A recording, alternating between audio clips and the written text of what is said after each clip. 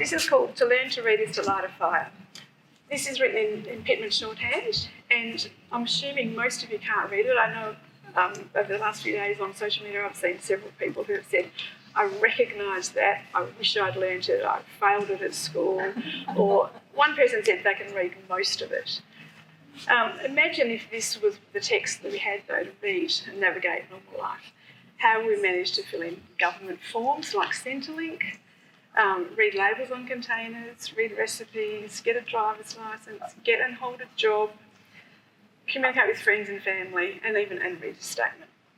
I was astounded to discover that in 2021, so last year, 7 million Australians lacked the basic literacy skills to navigate normal life, to actually do the things I've just mentioned. I chat with some teacher friends over the time I was thinking about making this work, and they will just nod knowingly that it's such a problem in schools. The kids are falling through the gaps in this basic skill in their education, and then it affects everything in their life ongoing. And I, in this age of sharing, will admit that I struggled with reading at school. It wasn't marked down, but there were some key bits that I missed that I don't know whether I was away or what happened, but some little bits of phonics and things that just made me struggle with reading and writing and spelling at school. Now I feel very confident in reading. I love reading. I spent all yesterday afternoon sitting on our deck when the weather was lovely reading, and loved researching this project and other things. But I do know that lack of confidence in not being able to read well and the strategies for covering it up. I chose to illustrate this message in Pitman shorthand because my mother was a shorthand typist. Those mysterious squiggly marks were throughout our house in shopping lists, in notes I presume she didn't want us to be able to read. I only twigged when I was an adult that was the case. And then, of course, when she went back to university as a mature age student, she did shorthand for all her lecture notes and then typed them up when she got home. Over the years, she's tried to explain to me how it works, but I really got interested when I decided to do this work.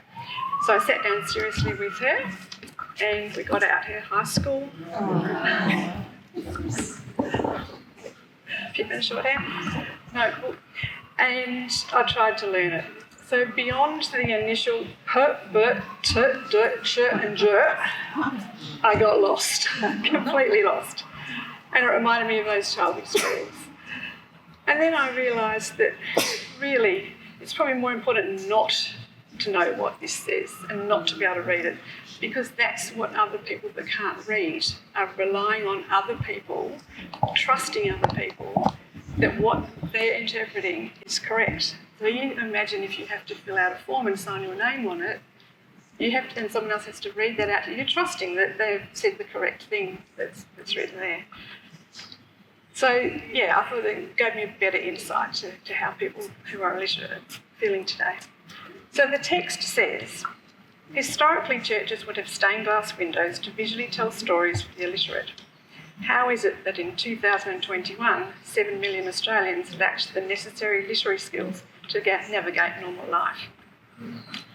So the work is made from the scraps from my previous work. So on my studio desk, I have a box, and all the little scraps go into that box all the time.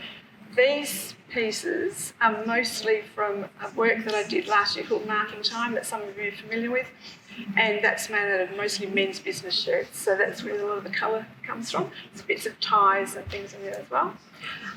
So I basically make up a sandwich of those pieces of scraps of fabric. So that's like the meat, and the bread of the sandwich is called Solby. It's like a plastic sheeting. Sandwich it all together, stitch all over it with a sewing machine, both directions, make about A4 size pieces. And then I wash it and hope that it all holds together. Then I cut out all the symbols, and then I placed them on larger sheets of Solby and did all the stitching. So if any of you do know shorthand, it's actually written according to where the line is of the page.